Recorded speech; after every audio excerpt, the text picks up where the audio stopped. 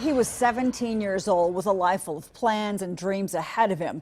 But Malcolm Scott would spend the next 21 years in prison, wrongfully convicted of murder. 2 Works For You reporter Ashley Holt sat down with Scott to find out what carried him through prison and what it's like to breathe freedom every day.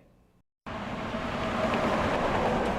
wasn't given a second chance to get out here just to be nothing. No, there's no way possible. God gave me this chance for a reason, and I know that this is just the beginning. Malcolm Scott is making the most of his new beginning, going to college and working 12 hours a day.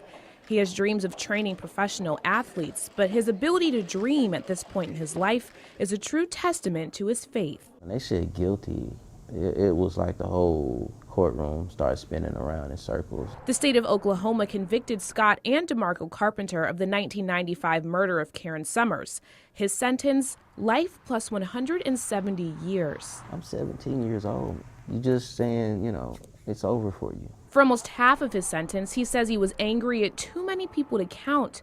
While no one could blame him, there was one person who wouldn't tolerate it. Keep the faith. Keep your head up. Don't turn your back. Don't turn your back on God. Ruthella Scott visited or called her son every single day. She said, God helps those who help themselves.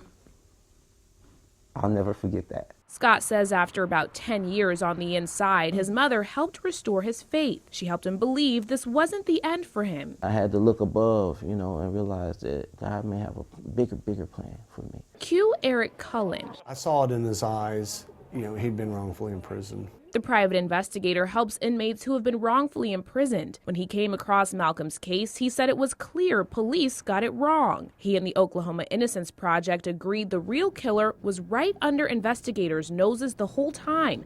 They said it was this man, Michael Wilson, Scott's original accuser. But after years of hard work, I shot Karen Summers. Wilson came clean. It kind of blew me away that I got caught with a gun and they just let me go. And there's no excuse for it, especially the people, the experience and the manpower of that homicide division at that time. There's just no excuse for it. And on May 9th of this year, Thank you for never giving up on me. Malcolm and DeMarco were free men. During his time here at Stringtown, Malcolm said in his free time, he used to look out the window. He would see nature and cars passing by. To him, it represented life. The beginning of October, he left the state of Oklahoma for the first time in over 2 decades. He said he passed by Stringtown and smiled because for him, finally, he was on the other side living his life.